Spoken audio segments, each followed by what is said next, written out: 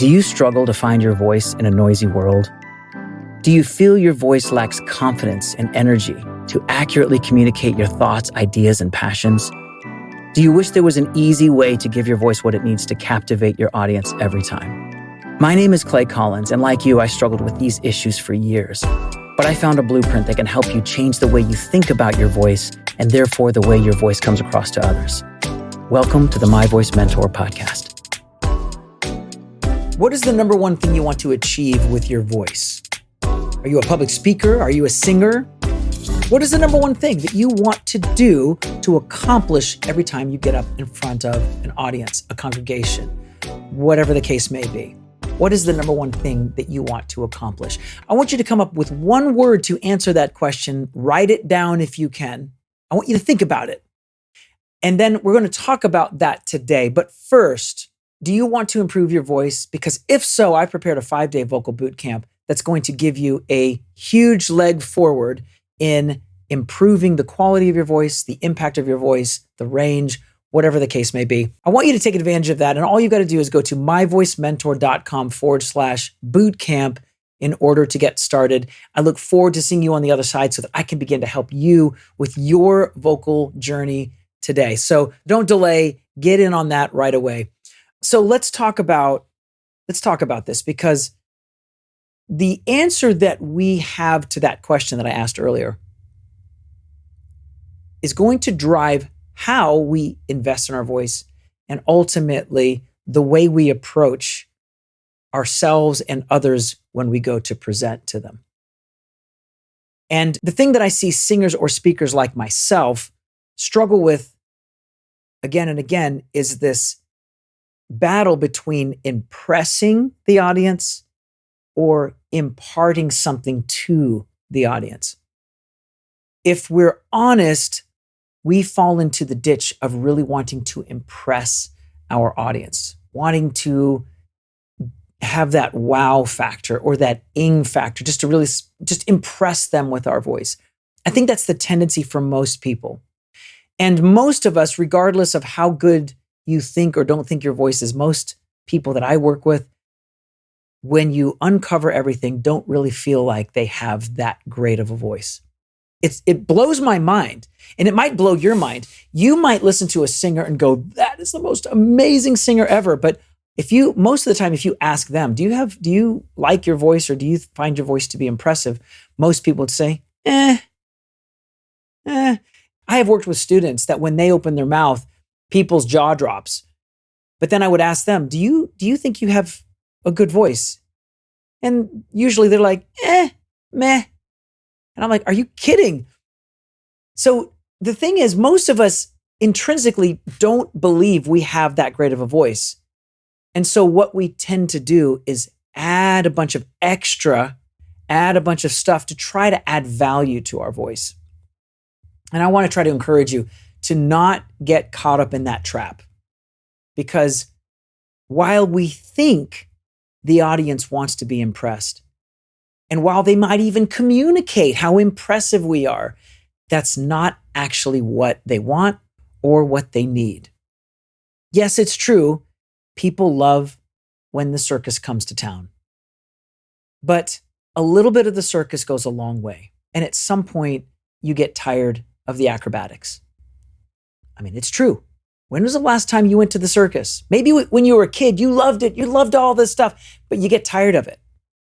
I remember going to see Cirque du Soleil years ago, and it was an incredible experience. I loved it. But I am not compelled to ever do it again. Like, I did that. It was great, but I don't live there because I don't actually want to be impressed all the time. In fact, most of the time, I'd rather not be impressed. Occasionally, sure, great. But a little goes a long way, if we're being honest. I'm also a musician, and years ago, I was introduced to this band that is probably the most impressive band I've ever seen in my life. Like, literally the most impressive.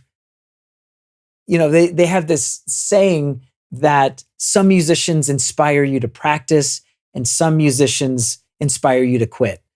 and this was one of those kind of bands. You would watch them and go, there's no way I could ever achieve that. And at first I'm impressed and I'm like, oh, but what I noticed after about the third song, I've had it. I've literally had it. I'm like, okay, can you please just, I can't listen to another song like this. It literally was too much information for my brain. And I got tired of it very quickly. And I also realized that I don't put that band in my regular playlist ever.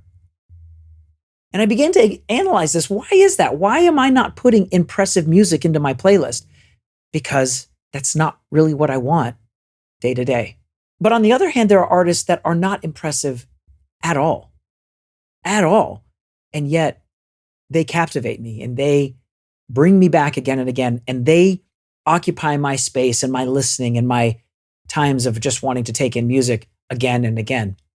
I began to really think about this and meditate on this because to me, that's fascinating.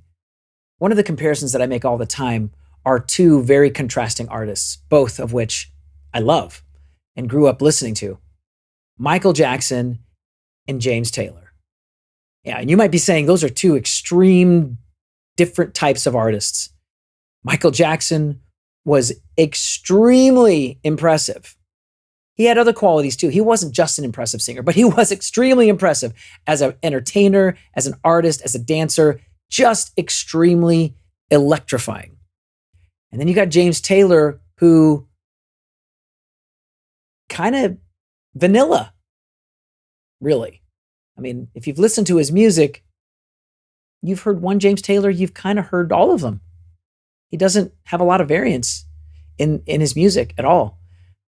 I remember going to a Michael Jackson concert, and it was the most electrifying experience I've ever seen in my life. It really was, really was. And I remember walking away from that being so impressed. But the one thing I began to realize over time, that while it was a very impressive concert, it didn't really leave a lasting impact on me as a person. And somehow there was something hollow about that experience. As electrifying and exciting as it was, it didn't make a lasting impact on my life. Now, let's flip over to James Taylor. I grew up listening to songs like You've Got a Friend and Fire and Rain. And later he wrote songs like October Road, and he released a fantastic Christmas album. And most of the time, James Taylor, it's just him and an acoustic. I remember seeing him live as well on a lawn in the summertime, and he literally had nothing on the stage, no lighting crew, no band, nothing. Him, a stool, an acoustic guitar, and a microphone, and he would just sing. And it was basic, it was vanilla, but something miraculous happened at the end of every song. He would get a standing ovation after every single song. Michael Jackson maybe got one at the end. And, sometimes people stand in a concert and they just it's a party and they'll stand. But he didn't get a standing ovation after every song, no matter all the lights and the explosions and all that. People were excited. It was electrying. But what I observed on this lawn with James Taylor is he was doing something with the basicness of his craft and his skill that was depositing something. Maybe it was the lyrics he was singing. Maybe it was the humility of his voice and the averageness of everything about him. I don't know what it is. But as I think about this, there are singers that impart, in other words, deposit something into our soul. And there's musicians and artists that just impress us. Maybe it's the difference between being narcissistic in our artistry versus being selfless in our artistry. If our goal in our presentation is to put something into somebody else, we have a greater opportunity for lasting impact into that person. So how do we capture this idea? How do we go from wanting to impress people to imparting to them? So probably one of the biggest adjustments that I've made to my own artistry and my own singing and my own speaking is to resist the desire to impress people and not approach it in a way of, how can I impress them? How can I do something awesome? In fact, I have to eliminate the idea of how can I add value to myself. It's really more of a mindset that I have to go into every time I get in front of people. My desire now, as I have done this a few years, what can I give to that person? What can I deposit? What kind of hope? What kind of encouragement? What can I leave behind? So if you're a public speaker, if you're a singer, if you're an artist, the one thing that I want to leave you with in today's episode is the mindset change of transitioning from impressing to imparting.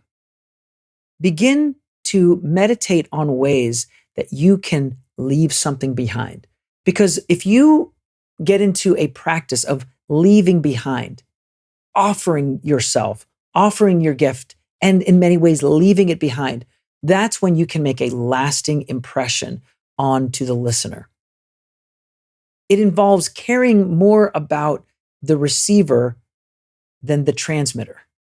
I hope you caught that. The one receiving what you have, if you value them greater than the value that you could bring to yourself, you will begin to come up with ways to humble yourself and be humble so that in their minds you become lifted up. Because I believe through humility, we can make a tremendous impact. So I hope I've given you some food for thought, some things to think about. If you're listening on YouTube, don't forget to hit that like, subscribe, and hit the bell notification if you want to be alerted of future episodes. And please, wherever you listen, rate and review the show. That helps us reach a wider audience. And I want to reach as many people and help them in their struggle to improve their voice as I possibly can. Again, thanks for joining me today, and I hope to see you again in future episodes.